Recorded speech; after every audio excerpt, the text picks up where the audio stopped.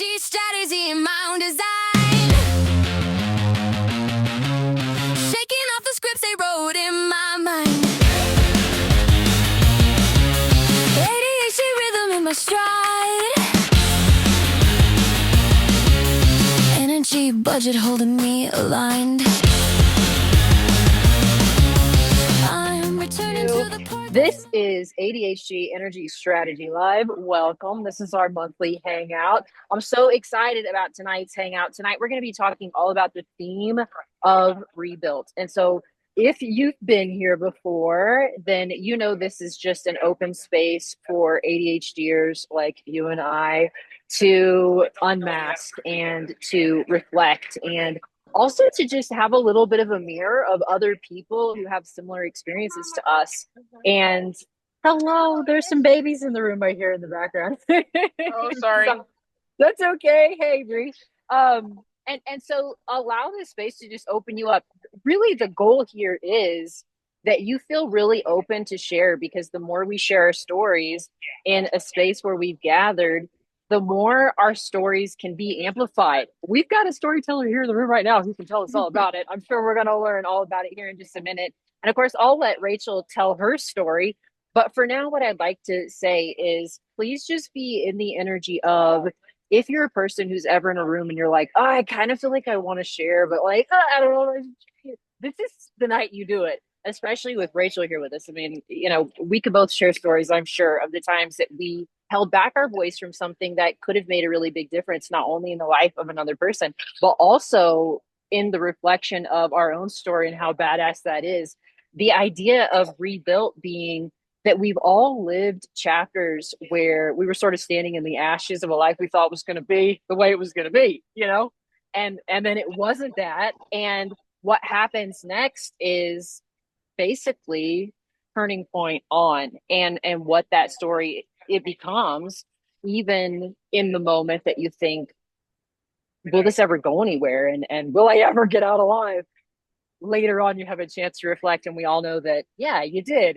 And maybe that was a correction, So I think it's a great time to talk about it. I feel like there's a lot of people in our community right now who are experiencing high highs, and also people who are experiencing low lows. And it's weird with people who have ADHD. I've been this way myself. So if this resonates with you at all, the idea of hiding those chapters of our life that are hard because they don't look like success, it's like, well, nobody can see this part. This part is not going in my story.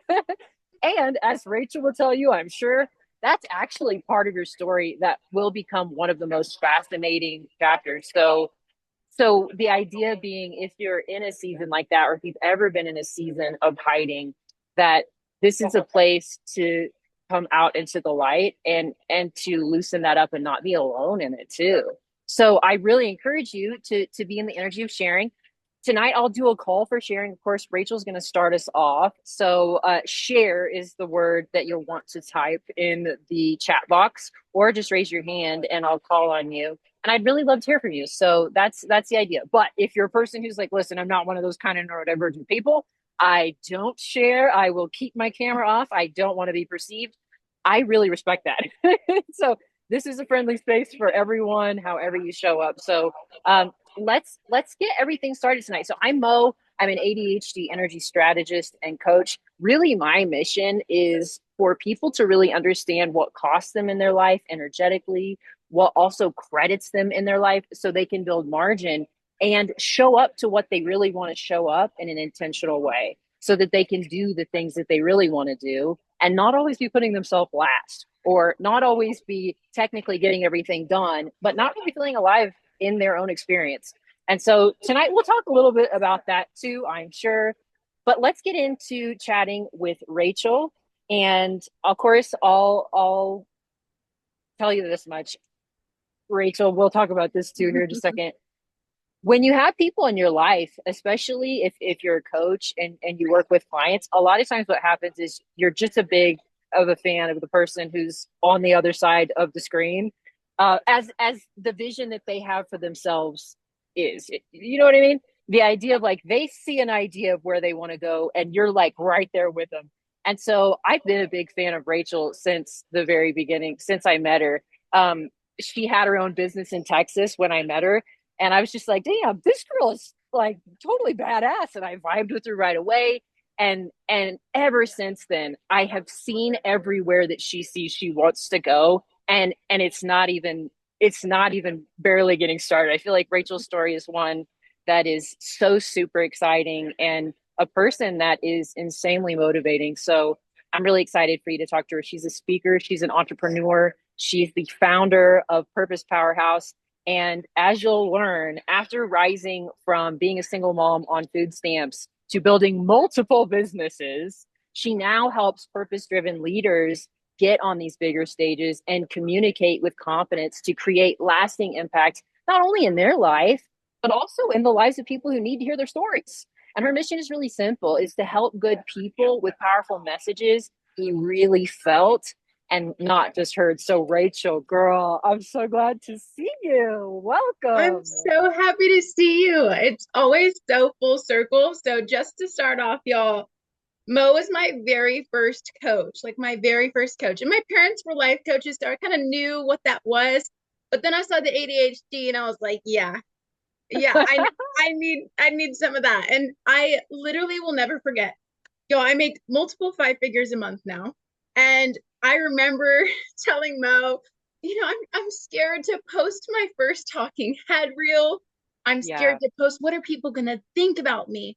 And I love this theme of rebuilt because I remember for so long when we were coaching, like I knew what I needed to do, but the thought of changing who I was terrifying. What are people going to think about me? I was a bottle girl. How am I going to become a motivational speaker?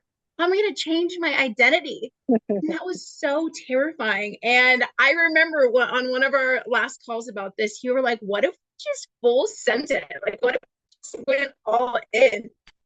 And honestly, that was the catalyst for me going all in. I posted probably every single day for over a year now on social media. I post all kinds of stuff on social media. As I really just love that you mentioned rebuild because I feel like my life is constantly being rebuilt. Just when I thought I met the new version of me, I'm already ready to outgrow that one. And I think a lot of people think you get to the next level, you shed some layers, you face some fears, and then that's it. But truly, life is just a never ending, repeat of growth. It's you're constantly shedding layers. And so for me, I've realized I'm still shedding friendships. I'm still shedding past versions of me literally week by week. And I think it's really up to us. How fast do we want to grow? And for me, it's like, okay, I want to grow extremely fast. And so it gets really uncomfortable, but through if something's uncomfortable, I'm like, man, all right, come on, baby, let's do it. Because I know that the more I face my discomfort, the more the life that I want is going to keep on growing, keep on cultivating. And so it's been a really beautiful journey of the past 3 years, really, y'all, being on literally on food stamps, bank account negative more times than I could imagine. Even last year, trying to build my business, my bank account went negative over and over. And I'm like, well, it's either keep going or give up. And I'm not going to do that. And I think, especially being someone with ADHD, gosh, so many of my coaches were like, you have shiny object syndrome. And, you have all these business ideas. And it's like, yeah, I do. And now I actually have two really amazing companies. And I think sometimes one of the last messages I want to leave you with here is that it's great to have mentors. Mo was an incredible mentor. All of my coaches were incredible mentors. But it's really important to take what lands and leave the rest because we are all extremely neurotypical. Most entrepreneurs, we're built different. And so what works for us might not work for everyone else. I might be meant to have like 5 companies and run them all, right? That my brain works differently. And so just really owning the power of you, that's been something so prevalent. It's just like owning the power of you, knowing that we are built different and that's totally okay. So I love this theme of rebuilt, and I'd love to kick it off to any other questions or anything else anyone has on the topic. Absolutely. Gosh, I love that you said that. This is one of the most important things, especially with energy budgeting, is the idea that we all have a different baseline. And the idea that, I mean, anybody on this call who has ADHD, you go through life and kind of the idea is, let's make you all the same. We really need you to act like everyone else, and especially in a way that we can understand and control. At least that's my anti-authority kind of vision of like, it's just easier when we this. But we Sure. all come at the approach of things that light us up, and we feel motivated by, just like you said, it. I could have 5, 10 businesses if that's what fits my energy. And if you can scale your energy away, that you're doing more of what you want to be doing and less of this bullshit that doesn't fit for you, and less of the things that really drain you, and less of trying to conform or do things in a way that seems right for most other people. All of those things, as you and I both know, they can be long roads that lead to nowhere, when really just what you said, the idea of like, be your own guru, man. Like, what feels good to you, what is your energy for this, what motivates and Mhm. drives you. And so just a beautiful way to talk about scaling in a way that honors what feels alive for you, and leave the rest. So I just think that's so beautiful. And I am curious. So of course, just so everyone knows, at any point, if you want to join the conversation, please just raise your hand or type in the chat box that you'd like to share. Um, yeah, Richard Branson is the CEO of 400 companies. 100%. Are you a CEO as well, Grant? I think I follow you now because I saw that we were. Do you want to join the chat? Yeah, totally. Yes, I'm the CEO of a few different companies. Awesome. So you want to tell us about your companies? Right now, I'm primarily focusing on my coaching program where I help entrepreneurs upgrade their identities so they can achieve their goals faster. That's awesome. How do you and Rachel know each other? Because I saw that you commented. It seems like you guys know each other. We Yeah, do. we met through Instagram, and then I was down in Phoenix for an event, and we met up in person and just chatted. That's awesome. Well, I'm so glad you're here tonight. I find that entrepreneurs, they tend to run in circles together, and a lot of or now you don't have to answer this question. Are you a neurodivergent person? If you think that I am, then sure. I don't know. Hey, you don't have to be. What is the definition for you? Well, I mean, neurodivergent could be a lot of different things. Now, ADHD is mostly what I work with, but you could be on the spectrum for a lot of different ways. Yeah, I If you mean, I think don't it's feel like you are, 80, that's okay. You don't have to be. ADHD to me. It's like it's a superpower. It's not a hindrance. Yeah, totally. So Yeah. I guess like the stereotypical people have ADHD thing doesn't necessarily vibe with me because it's often said in a negative light. So I usually don't Hmm. like associate that way. But I'm like, yeah, I have ADHD, but I would just move right past it. Yeah. Yeah, no, I totally get that. I think it's really funny. A lot of people, so I also follow and am friends with a lot of spiritual wellness coaches. And there's a lot of talk around, is ADHD actually a problem? Is it actually something that is a diagnosis that something's, wrong with your brain? And We don't fit most the people, matrix, so they want us to get back in. yeah, yeah. And, That and part.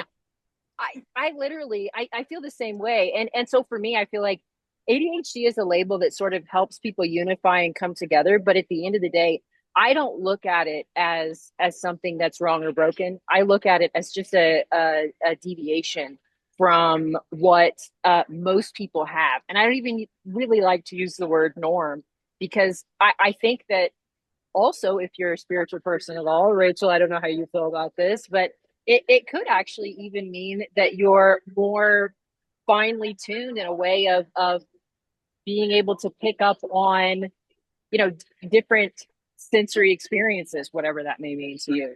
And I don't think there's anything wrong with that. No, I think society labels it as wrong because they can't control us. Yeah. Yeah. Well, We're so we've got too some. we're too unpredictable. We're too gonna jump all over the place. We're gonna bounce from thing to thing, and they wish they could be us, but since they can't, they want to control it. Yeah, literally exactly how I feel. So I love you that. Yeah, yeah, Rachel, I'm curious. So now that you're in a space too, like, um, and this is a really fun conversation for me with both of you, especially. the idea of when I'm doing more of what I really like to do, I actually feel like I have much more energy than like Rachel, when you were talking, we've all been through those times in our life where we're like, I don't know what the hell I'm doing, trying to figure it out, and everything's really slow right now. You Yeah. know, like, so especially thinking about rebuild, it's interesting. So with your story, if and I would love to hear from you, Grant, too, but with your story too of kind of being in that place of I'm not really sure where I'm going to go, and what I'm going to do, to now being in a place where you have multiple businesses, they're crushing it, you're achieving in many ways the dreams of being on stages. I'm sure we haven't even seen the stages that are yet to come, so I'm not saying you're done. But how does that feel for you energetically? Like, it some people may think that that seems like a lot. How is it feeling for you? Yeah, I love that question. So I'll start off by saying it took a shit ton of sweat equity. Yeah. Building the cleaning business just the first couple of months. The coaching business took so many iterations to figure out, okay, like what do I love? And honestly, I always knew this was the end point, but I kept doing iterations because I was like, how could I be that? How could I be an international public speaker? I'll just be a life coach. I'll just be a mindset coach. And so it took iterations. And I think the truth is, everyone can close the gap a lot faster if they Yeah. choose. Like I kept saying I was facing my fears, but it was just in a softer way. But I also do believe like part of it's like, okay, yeah, it was kind of necessary to figure out what I love, what I don't love. And now it just makes this moment that much more amazing. Like every single day of my life, I wake up with so much gratitude. Like I could cry. Like this is Mhm. literally the life I built. Like, is that not the coolest shit ever that I get to help people change their lives for a living and speak on stage to change thousands of other people's lives? Like it's literally fills up my cup so much. And I always have this visual of like when I'm speaking, anyone I'm teaching, any of my clients, we're people that pour into our cup so much that when we're on stage, we have so much to give. And then those people, they get to go give to someone else. And so it's just a domino effect. And I just don't think I would be this incredibly committed and grateful if it weren't for the negative bank account, the eating a can of sardines because I didn't know how I was going to pay rent. I mean, Yeah. I don't think any of this would be just feel so potent. And so I think Yeah. whether you're building a multi-million dollar company or you're just getting started, like that part is so necessary. Like that grind, that trying to figure out what you love, like it's so necessary. Because I don't think I would be as appreciative as I am now. So I'm curious, Grant and Mel, like how does that land for you guys and how was that journey? I know a little bit about both of yours, but I love to hear, Grant, what you have to share on that note. Oh yeah, I'm still in that season right now Yeah. of building because I've started over so many times and it's so exciting and it's confusing and liberating and painful and joy and gratitude and frustration. Like it's all of that, right? And it's when you get past it and when you show up with gratitude, even in those painful experiences that do not make any sense in the moment, it is so like it's lighter and like Mm-hmm. no matter what's happening in my life, I'm still living a dream that I used to not even think that I was worth. Yep. And so like when I hear you talk about that, Rachel, like it's so true because one, it shows that you really wanted it and that you went for it. I love that. Oh, that cracks me up. If I you love that you did this and also it pops on It the did it screen at the same time. automatically. Oh, yeah that's awesome. yeah if you just hold if you just hold it there like 3 seconds. But the like we so often forget that the journey is part of the experience, and the more you get Mm, to appreciate the journey, one, the lighter it is and the faster you move through it, and it has less control over you. Like yep. you are able to just get to where you want to go faster because you actually like when you realize you're already there in the future, you're able to operate in that space right now today. It doesn't I matter. love Like that. I know I'm a billionaire in the future. It doesn't mean I don't operate like that right now. You don't have to wait to get there. And a lot of people aren't going to get that, and that doesn't resonate with a lot of people. But that's okay. Like those people can just Yeah. see it, right? Like it really doesn't matter. And so in those painful, sometimes I will laugh at me complaining and I only complain to myself. I don't complain to other people. I don't complain to my friends.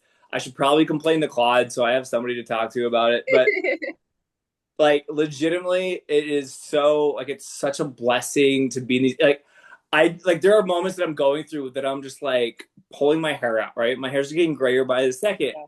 And I want to legit but I in those moments I'm like, I'm gonna tell this story. And I take that picture in my mind and I take a picture of what I'm going through. Like there are certain parts about my life that if I told people, they're like, how are you going through that and showing up It's just a constant? Tuesday. Like it's not like there are so many things that have been happening in my life that I don't talk about until like the wound is healed and it's a scar.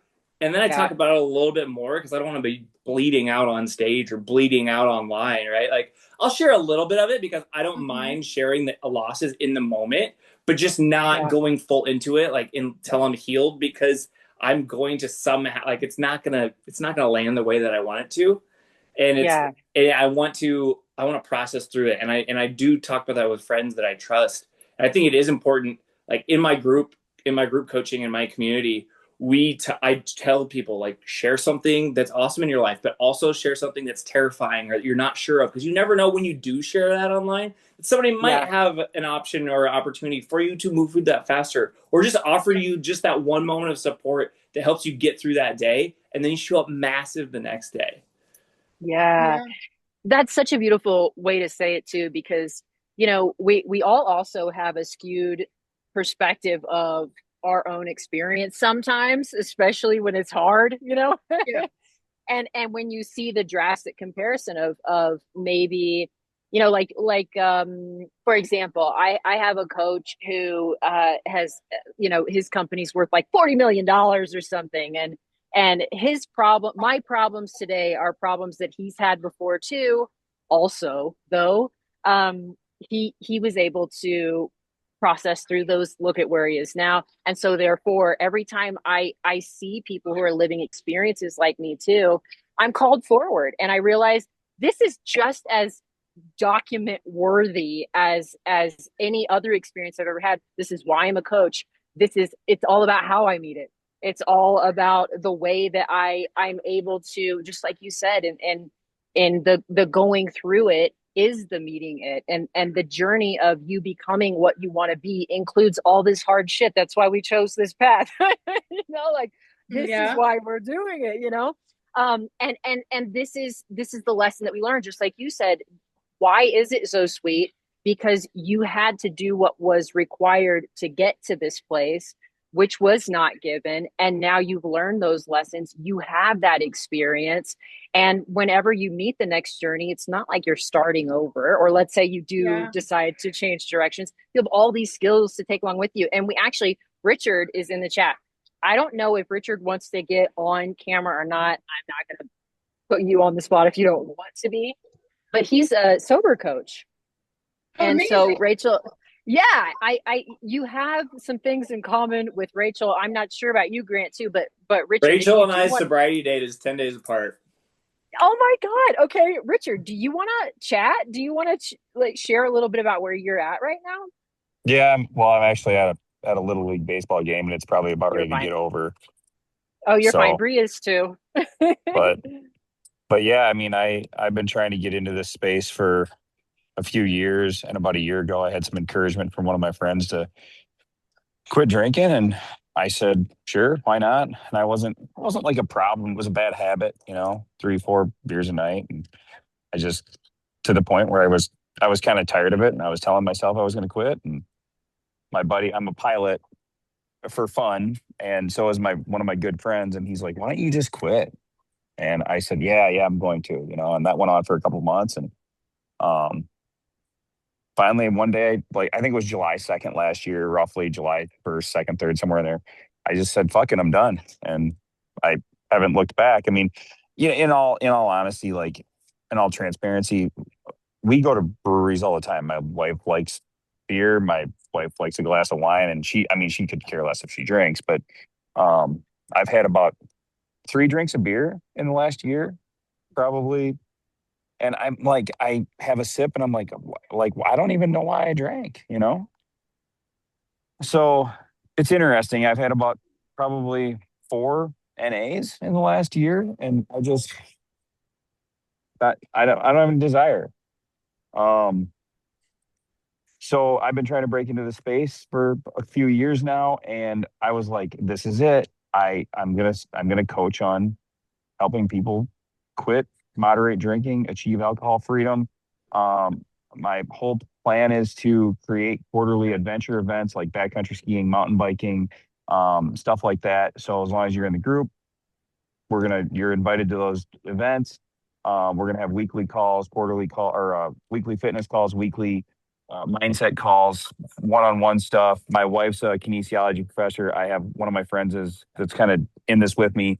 He's a fitness professional, so we have all the fitness background there is. I don't believe in dad bods. I believe guys are out of shape for a reason because they're shoving too much shit in their mouth and they're drinking too much, and it's not a priority. And maybe it never will be for somebody, and that's okay. Um, but I want to help the people that want help, and I want to show people, mainly tradesmen, because I'm in the trades and I see it so bad. But I just want to show people that there's a life outside of drinking, an adventurous life. That we can do cool shit. I mean, we're only here one time that we know of, obviously, right? Um, Mm-hmm. and why waste it? I'd fucking waste it. Mm. I And with love that, ADD, I Richard. mean, with it, I waste it all the time, but I work on that shit every single day. Yeah, I used to use alcohol to quiet my ADHD because Well, I think that's what it was for me too. I didn't know I was doing that, but that's what I was doing. In hindsight, Yeah. it makes a lot of sense. Yeah, yeah. Especially the idea being in social environments in general. It can be a lot. It's the sound. It's the picking up on every micro expression and and Yeah. trying to like remember all the social rules and even a lot of people that I feel like, especially in this space, um, do great in social settings, so you may not even ever realize that it's a lot for them. But it's a big energetic cost sometimes being in public spaces that way. So it totally makes sense that you'd be like, I need to quiet this a little bit. Well, and I said to my wife about a year or two ago now, because I had no idea I had ADD, right? So I'm listening to this book about ADD and marriage, right? Because, it's probably the ADD. I'm like, my marriage sucks. Like, just all this shit goes through my head, right? And so I'm listening to this book, and I come home one day and I said, hey, I need to talk to you about something. She's like, oh God, what? And I said, I think I have ADD. And she goes, um, I've known this since the day I met you. And I was like, seriously? Do you think I have ADD? She's like, I know you do. I'm like, oh, I Oh, had that's no hilarious. idea, you know? Um, and the social setting thing is the same for me.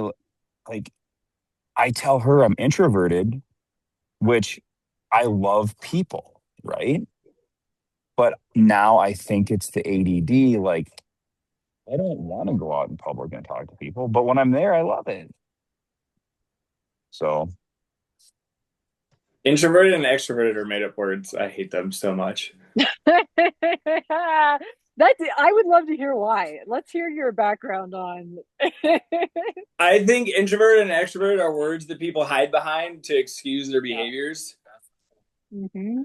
And Yeah. so, like, if you're introverted, you're like, well, I'm introverted, so that excuses me from not being social. Or I'm extroverted, so that Yeah. allows me to be blah and obnoxious, right? And so, like, both ways, I think people hide behind that word to excuse their behaviors. I think everyone has a certain social battery that you're just sometimes feeling more social, and that's allowed, and you feel more connected because you're more confident, you're able to walk into the right rooms. And then other times you are more extroverted when you are full of energy and you're ready to connect with people. And that's it's I think it's we try to label ourselves as this generality, and like depending on the environment you're in, you're going to operate different.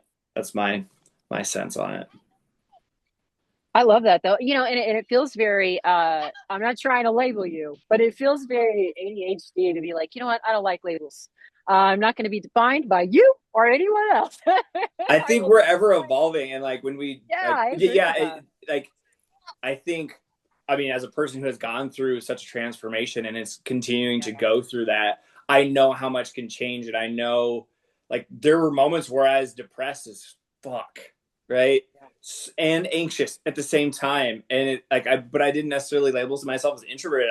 I was secluded. I didn't want to talk to anybody. I didn't feel worthy of connection. I didn't think anybody cared about me, all those things. But I knew I was still I still wanted to be here. I didn't know what the future looked like. I was just so confused in so many ways. And I didn't want to talk to anybody about it. And I guess in that moment I didn't, and I never even showed up as an extra. Everyone always tells me you're such an extrovert. And I'm like, that's what you see in person when I'm out and about. But there's even though I share a lot of what I do online and in the communities and show up as a leader, there's so many things that people don't see that I'm doing all the time, that where I am taking care of myself and protecting it so that when I am around people, I can show up strong. But I think you have to operate in both. I don't think it's one or the other. So this isn't Yeah, I normal for totally everybody. agree. That's not normal for everybody, because that's exactly how I am.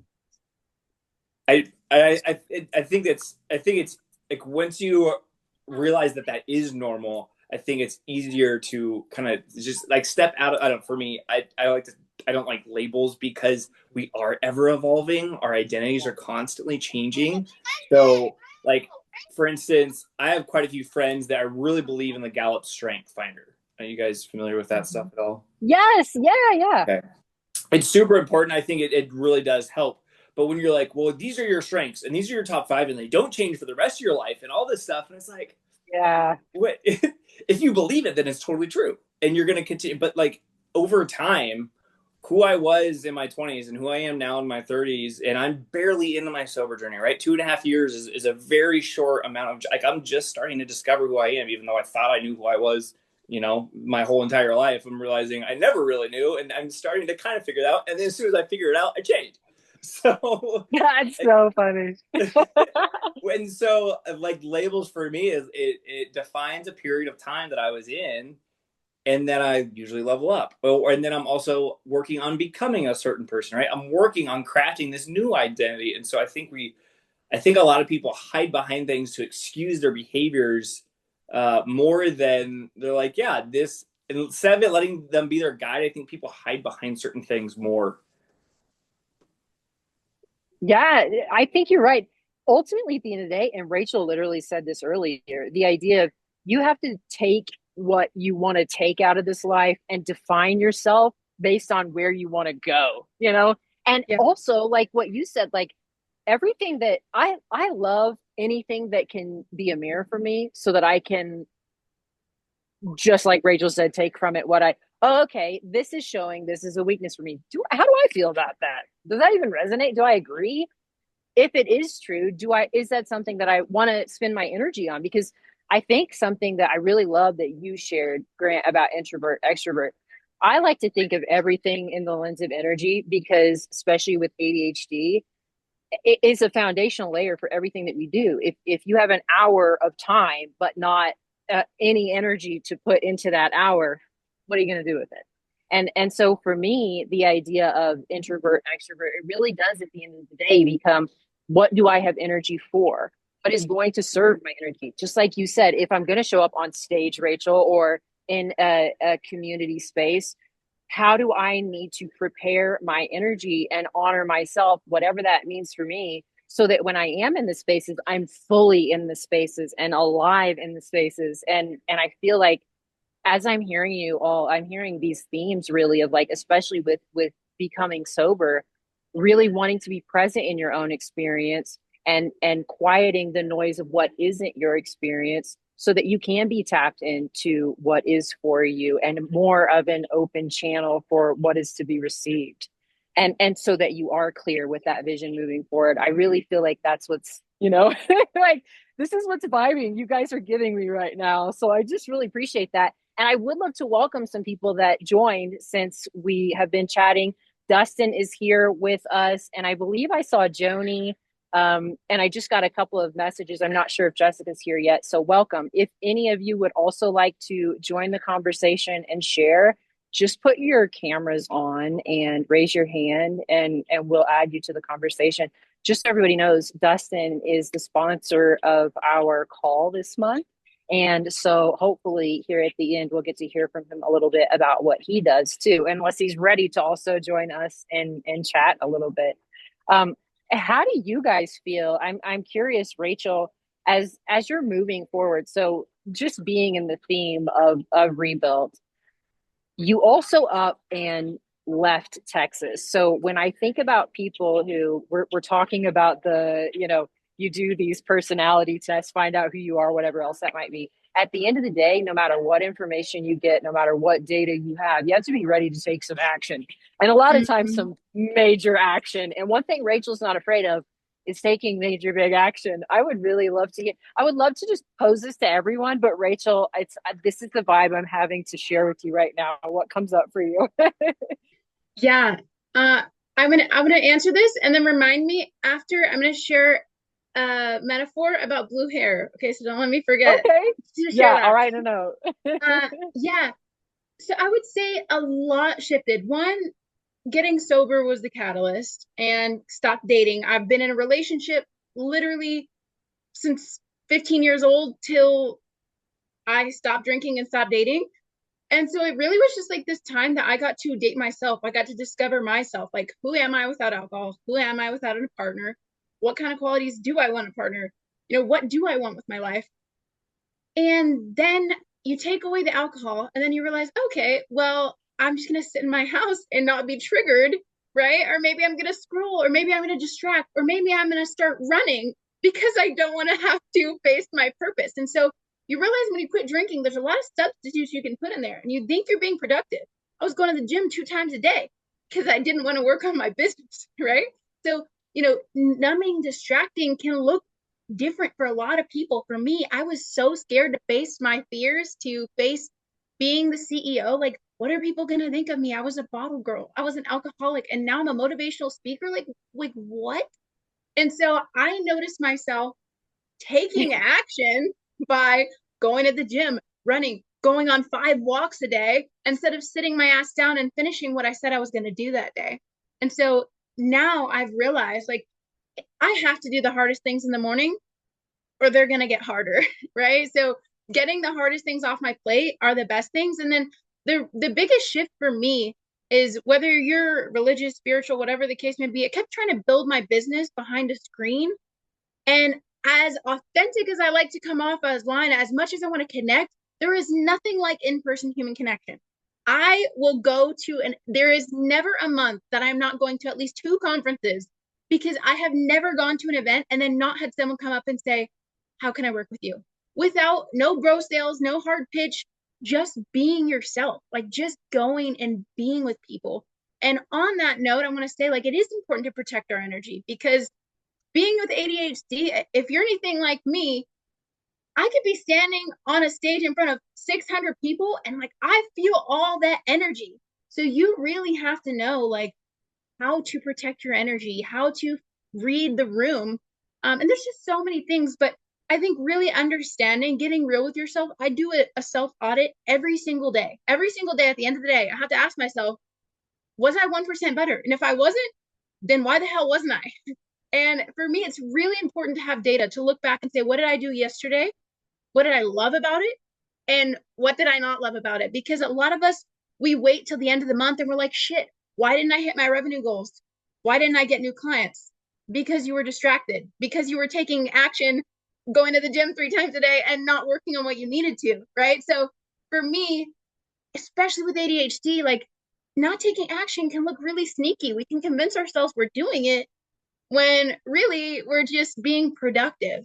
Freaking rearranging my garage 3 times last year for no reason. So I wanted to share that. And then I want to share one more thing on the, introvert extrovert thing that came to me. Okay, there's this, he's a famous speaker, something like that.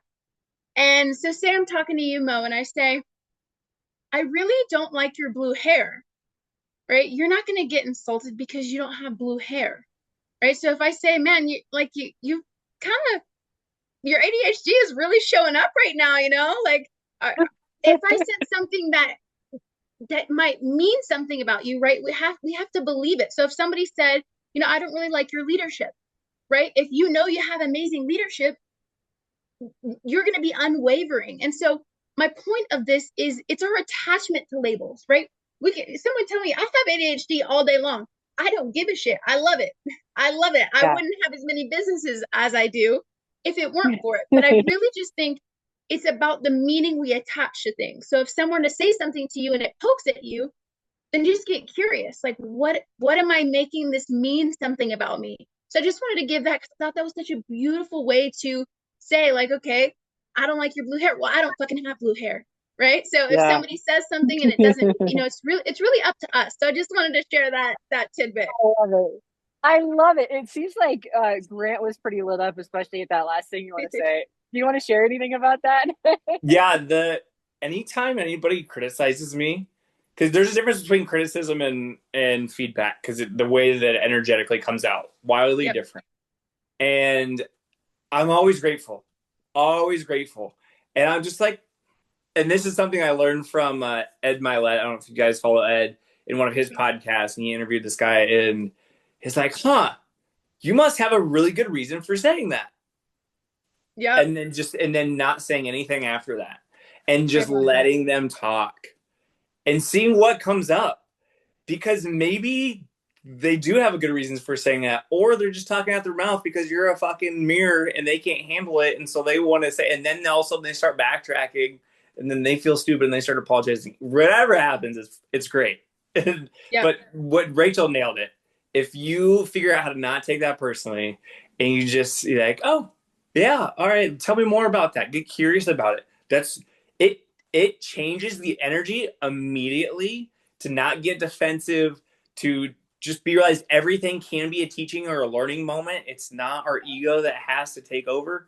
It takes a while to learn it and train yourself to do that. And some days are better than others.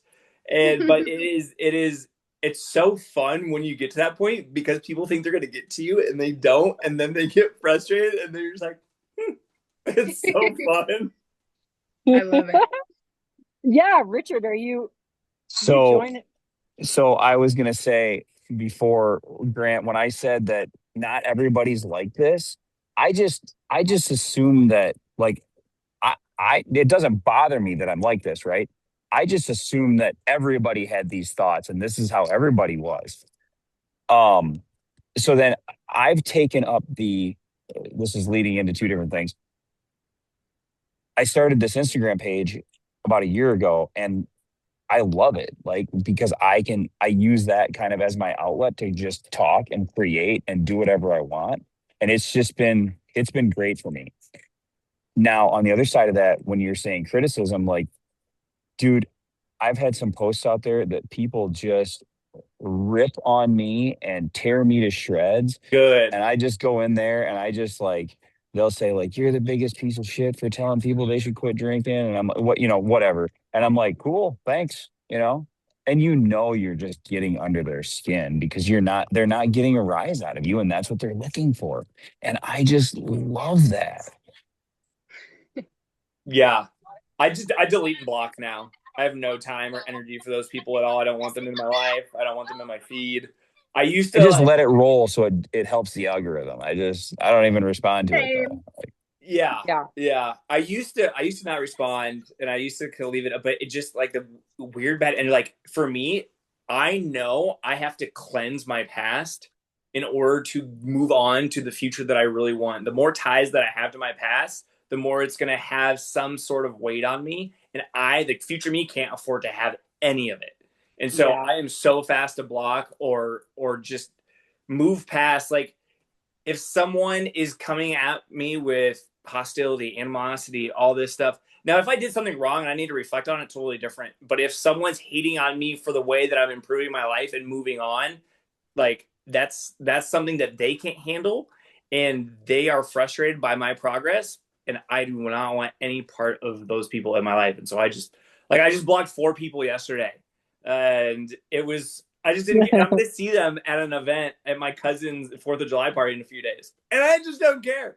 Like, I mean, you got to do what you got to do. But also, one thing I want to add is, like, we have to be polarizing, right? We're not put here to be palatable. If everyone likes us, then we're for everyone, right? It is my favorite thing is knowing I have haters because that means I have an opinion. And so for me, I invited in. Now I don't want all the haters, but I think there's a healthy balance because if we're for everyone, we're for no one. And I think that's a really powerful thing. So I love what you're doing, Richard. I know it's when I first started posting about sobriety, there's a whole slew of people that are in there like, who do you think you are? And I'm like, well, I'm just not drunk. Let me live. I love that. You know, another thing that I'll throw in here now that we all have some different ways of thinking about this. I had a coach that I worked with early on, and one of the things she taught me was the idea of a person holding fire, and essentially what they're doing is asking you to take it so that you can burn Mm-hmm. alive with their fire. And so I always like to Yeah. imagine it like I'll let you hold your fire and you can burn alive and maybe you can be rebuilt from the ashes of whatever is going on that's not mine, you know? I love that metaphor. Not my fire, you know? And it really helps a lot because you can be really burnt up by those things. And especially when I think about my energy, like what a big waste of energy to use any mental, emotional, physical power that I have to create something beautiful for my life to continue on my journey, knowing that my role was also to trigger you. You're welcome. I hope you do something good with it. I'm going to use it for that, and I'm going to use it for the people who are ready for my message, and because this is serving, and it will serve you too. I think you're actually a little excited about it. That's why you're mad. You know what I mean? So I always That. love that idea of that too. Dustin, welcome. It's good to see you. Dustin is just recently moved. You're in a rebuild phase. Do you want to share anything about your experience? Sure. I've been appreciating hearing you guys' stories and reflections on your own. Yeah, my nothing in my life looks like I had to put a shirt on to come to this call. Like I had to like nothing looks the same as just like 2 weeks ago, 3 weeks ago. And yeah, it's pretty wild to be in this space of unknown of like, oh man. I knew I'm I don't exactly know how to talk about it yet, so I won't talk too much, but the had some health stuff come up that kind of halted everything and was just like this smack in the face of like, hey, are you gonna do this or are you gonna keep doing the other thing? Are you gonna look at it or are you gonna like keep pushing and going and um burning out eventually? So yeah, just made that decision and put everything in storage and I'm currently, I'll give you a little, no, I won't. Never mind. I don't, there's a blur and everything. Anyway, I'm out in a beautiful landscape. I have the horizon and the sun and the mountains and sagebrush out here and just time and no responsibilities, no expectations of responsibilities. I still have responsibilities for myself, but the expectations of others to not have that right now is really good. It's really nice, and it's been a very the people that have been with me through this for the last few weeks say that I'm already feeling I already sound and look stronger, and so that's great, and yeah, that's what I'm here focusing on my health and slowing way down. I did have one curiosity from hearing your guys' shares. I think the part of the spectrum that hits me is that rejection sensitivity. Oh, I get that. And um and I think like when people comment on Instagram, that doesn't hit me. But like when a trusted person who comes a seemingly trusted person who I was looking up to as a mentor comes in and doesn't give the constructive feedback, just criticism. I really appreciated that differentiation there because there is a huge difference. Yeah, just wanted to like throw that in there. I might be the outlier on this call, but I know that that's common in Can this I community. add So something to that, Dustin? Yeah, yeah, absolutely. So something happened to me recently. A mentor and friend, someone I thought was a ride or die, surprised me and was not a ride or die. And it was really humbling. My life is super peaceful. So I was like, what the fuck? Like, why did you do that, bro? Like, that's not cool. And so for me, rejection from so I have a coaching company that is basically I'm selling myself to people, right? I'm selling my own knowledge, my own belief systems, and then I have a cleaning company. Two very different things. And I realized something when I was doing outreach for both of the companies, that cleaning outreach is a piece of cake. Now, when I'm going out and doing outreach for my coaching company, sometimes the feedback, or if somebody doesn't want to get on a call, or if I don't close a sales call, I would like it would slightly mean something about me. And so my cleaning company actually taught me a lot, because I'm like, well, if I can pump out 100 DMs a day and just like light work, but then I go to my coaching side and it means something about me if I don't book a call, what's the differentiator? Because I'm attached to that this business is me, right? And so it really opened my eyes to that. And so it really prepared me for this thing with this friend that I thought was my friend. And then they tried to manipulate me. And I was like, dude, what is this? And so then I had to sit there and ask myself, okay, why am I angry? Because it was living rent free in my head. I'm like, why did this happen? Yeah. And I sat and asked myself, okay, I'm not actually angry about them, because if I'm angry with them, then I'm just judging a piece of them that I'm judging in myself. And I had to tell myself, okay, the reason I was angry is because I gave someone access to me after my discernment had already clocked it long before. Mm-hmm. And so the truth is, if we could really just connect with ourselves fully, we could just see everything as a lesson. And so I just wanted to invite you to really see it all as a lesson. Like when I shifted and I said, what do I have to be grateful for from this experience? Immediately the anger dissolved. And I was able to say, man, I got a speaking opportunity from this person. I made some of my best friends from this person's retreats. And so the good always outweighs the bad. But if we're not looking for it, we just have to ask ourselves, like, was I looking for the good, or am I focusing on the bad? And when I made that switch, I was able to let it go. Now, it still took some time, but I would say that was the biggest shift I made. So I'm curious if that lands for you with what you're moving through. Oh yeah, that was months ago. It was just a Okay. very relevant situation. I am Yeah. so thankful um for the revelations that came after, and the ahas, and Yeah. the course correction, that I thought I was on a path. I thought I was on the right path, and that wasn't it. And that's Yeah. okay.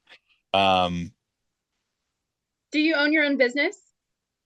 yeah, yeah, that's what similarly coach as well. Oh, Uh amazing. yeah, I use human design, resonance repatterning, and like 150 different modalities and systems to like Amazing. navigate all of Yeah. that. So, It's And something. Dustin is also just a chronic illness advocate and a person who has radically changed his health. I'm saying this because we have some other people on the call who have experienced some chronic health issues, and they also changed their life. Not to tell anybody's story, but you have that in common. Yeah. Well, I yeah. just wanted to share that recently. I've just like I've been feeling like I'm operating at like a 7 or 8, not a 10, and my body's waving some yellow flags. And I've made a commitment to myself that my health is number one and business is number two, because the business doesn't exist. My health is not optimal. And I don't know what you're moving through, but I've recovered from many chronic illness, and I realized I was like, okay, some things got negotiable, and that just can't happen when you've had chronic illness. So I that switch has helped me miraculously in just the past couple of months since making that decision. Thanks for sharing that, both of you. It's so good to see you. And also, Richard, I just saw your comment. We have about 6 minutes left. And so what I'd love to do at this time, we don't have to stop the conversation, but just so as an ADHD person, sometimes time is vague to me. So we have 5 minutes. And so what I'd love to do, this will be on my podcast. This will also be on YouTube. So if anybody has any like final thoughts, as we're sitting here and we're reflecting on we're all in different phases of our life. We have Joni on the call too. She's in a receiving mode tonight. She just lost her mom, and so she's going through a major shift in her life. And so it always is really interesting. And Grant too. You know how at the exact same time, a lot of beautiful pieces of our relationship are coming together while others are falling apart. And as we're talking about on this call tonight, has to happen. So maybe it's that mentor that's like, well, you were here all the way on the journey up to this point. Okay. You know, like love that shift. I had, by the way, we should talk sometime. I had a mentor and experience very similar. One of my first coaches, it's really weird. But also I think when you go through life, you just realize that there are some people who are made for certain seasons. Dustin and I have known each other since what, middle school? Yeah. And we're both coaches, and I feel like he's a person who we've always been in each other's life, but also we have had seasons where we ebb and we flow, you know. And so anyway, what I'd like to say is this at the last 4 minutes of the call, if anyone has anything that you'd like to share for someone who is maybe in a space of, okay, I'm rebuilding and I'm hearing all of these really great things, I'm having a hard time seeing where that could go. What message might you have for them? Does anyone want to share a thought? I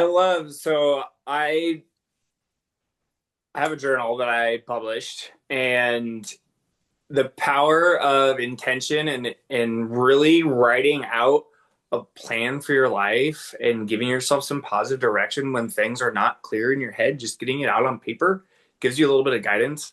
And it doesn't have to be perfect right away. You can rewrite it 18 different times, but just getting it out that one time helps give you a little bit of confidence that maybe you do know what you want to do.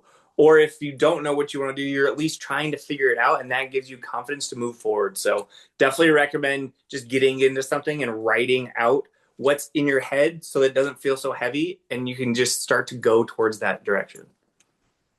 I love that so much. Rachel, are you going to say something? I didn't mean to interrupt you. No, you're good. I just have one thing is for everyone is that don't ever be afraid to be a different person than you were 5 minutes ago. Yes. Evolving. That's Yes. all I got. Awesome. Dustin, did you have something to add? Got one thing, slightly piggyback off of Grant, but from a human design lens, almost no person on the planet is supposed to figure this is not going to figure it out. This isn't going to pick Yeah. the answer. This isn't going to solve the problem. Whatever. It's probably not. For most people, it's not. So finding the real authority, listening to that, waiting. Some people need to wait for the emotions to clear. Some people need to wait for the moment when there's excitement. But that's where I'm at right now in that waiting. And don't be afraid to wait. Sit in it. You don't have to figure it out right in this very moment. I love that. Does anyone else have anything you'd like to say or share? Well, I'd like to say something. As Mo mentioned, my mother passed away on the 29th of May. And I before she passed away, I was her caregiver. But she's always been in my life. And I'm 60 years old now. And she's always been in my life. We worked together. We've been together. But she hasn't been well for a very long time. And now she's gone. And when she passed, my brother and sister showed their true colors. My mother used to give them money all the time. And they didn't even come to pay their respects. They were 10 minutes away. So I am now, and my daughter, she's been amazing and moved to New York. I'm in Florida. And so I'm alone. My mom's gone. My brother and sister, I want nothing to do with them. And my daughter is flying in her business, and my mom's flying in heaven or wherever she is. But now I can be me and myself and start over. And I just had dinner with a friend. She got me out of the house because I've been going through. She had a 3-bedroom rental that I had to empty by myself because my brother and sister didn't help me at all. My daughter helped me. But this brought my daughter and I closer together too, because my daughter loved my mom a lot. And she saw me taking care of my mom. And she now is treating me with respect where she wasn't before.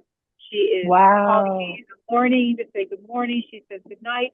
She even bought me a ticket to go to New York on the 1st, because my mom's birthday is the 2nd of July. And she didn't want me to be alone. And she just came down for Father's Day and came over, and she saw my house. It looked like a hoarding fest, because I've got all these boxes, and I had to get out of her rental fast. So all these wonderful people came together from Facebook that I did not expect. The people that came to help me were all acquaintances who have now become friends.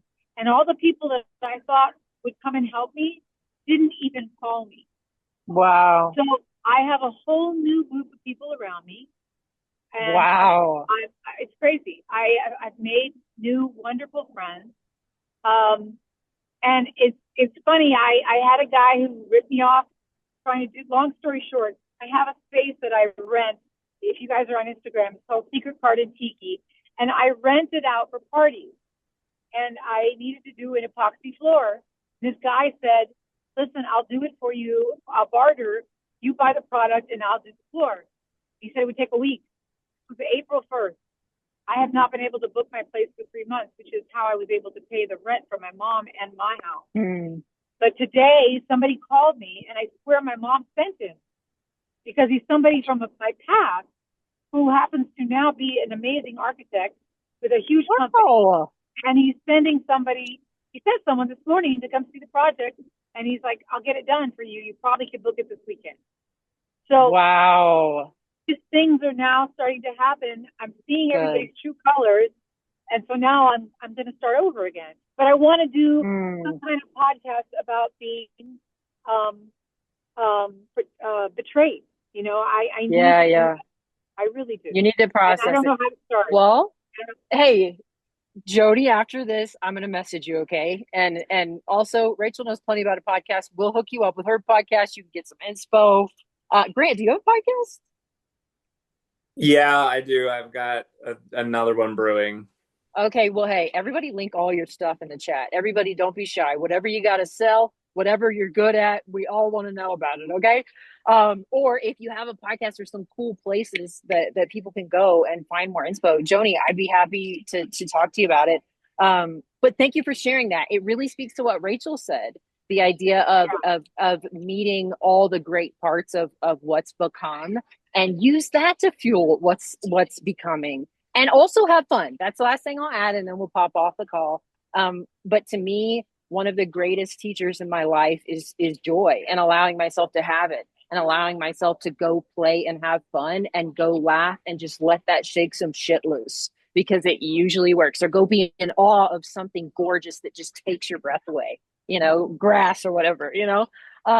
So anyway, I just want to add that and say thank you so much to everyone who contributed your time and your energy to this call. Rachel, you're always an inspiration. I love to see your life unfold, and it chokes me up. You posted some videos of you and Cameron, and I was like, you're such a great mom, and I'm just inspired by you all the time. And Dustin, the same for you. You're such a beautiful person. I'm so grateful to have you in my life.